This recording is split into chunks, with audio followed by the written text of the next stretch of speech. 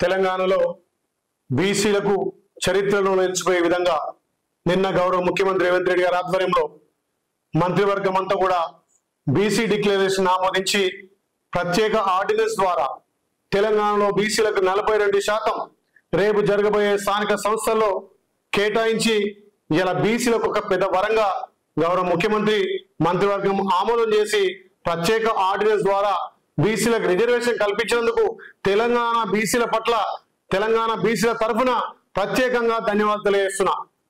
మా గౌరవ భావి ప్రధాని రాహుల్ గాంధీ గారి ఆలోచనను తెలంగాణలో పూర్తిగా ఇంప్లిమెంట్ చేసి గతంలో కామారెడ్డిలో బీటీ డిక్లరేషన్ ను ఇలా ఇంప్లిమెంట్ చేసి నిన్న మంత్రివర్గం ఆమోదం చేసి బీసీలకు 42% ఇలా రిజర్వేషన్ ఇచ్చి బీసీలకు పెద్దపీట వేసిన ఘనత గౌరవ ముఖ్యమంత్రి రేవంత్ రెడ్డి గారిది. గౌరవ ముఖ్యమంత్రి రేవంత్ రెడ్డి గారు ఒక రెడ్డి సామాజిక వర్గానికి చెందిన ముఖ్యమంత్రిగా ఉండి కూడా తెలంగాణలో బీసీలకు పెద్దపీట వేసిన ఘనత గౌరవ ముఖ్యమంత్రి రేవంత్ రెడ్డి గారిది. ఈ తెలంగాణలో ప్రియతమ నాయకుడు రాహుల్ గాంధీ గారు ఆలోచన చేసి ఇవాళ కులగణనతో పాటు ఎస్సీ వర్గీకరణతో పాటు బీసీలకు పెద్దపీట వేసిన ఘనత కాంగ్రెస్ పార్టీది, గౌరవ ముఖ్యమంత్రి రేవంత్ రెడ్డి గారిది.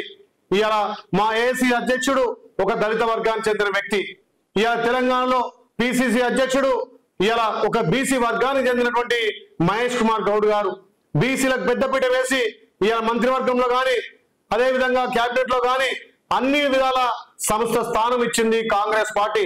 కాంగ్రెస్ పార్టీతోటే సామాజిక న్యాయం సాధ్యమైందని చెప్పి మరొకసారి నిరూపించినటువంటి మా గౌరవ ముఖ్యమంత్రికి బీసీల తరఫున ప్రత్యేకంగా ధన్యవాదాలు తెలియజేస్తున్నాం. ఈ బీసీ డిక్లరేషన్ కోసం గౌరవ ముఖ్యమంత్రితో పాటు మా పిసిసి అధ్యక్షుడు మహేష్ కుమార్ గౌడ్ గారు, అదేవిధంగా మా బీసీల ముద్దుబిడ్డ పొన్నం ప్రభాకర్ గౌడ్ గారు, అదేవిధంగా కొండ సూరక్క గారు, ఎంతో మంది బీసీలు ఇలా బీసీ డిక్లరేషన్ చేసి బీసీ బిడ్డలకు రాజకీయంగా పెద్దపీట వేసిన ఘనత కాంగ్రెస్ పార్టీది. తెలంగాణలో బీసీలకు ఈ బీసీ డిక్లరేషన్ తో పాటు ఏదైతే ఆర్డినెన్స్ తీసుకొచ్చి రేపు స్థానిక సంస్థల్లో 42% అవకాశం కల్పిస్తున్నటువంటి మా గౌరవ ముఖ్యమంత్రికి మా మంత్రులకు పేరు పేరున ధన్యవాదాలు తెలియజేస్తున్నా. అసలైన తొలి వెలుగు. ఫాలో వాట్సాప్ @తొలి వెలుగు official.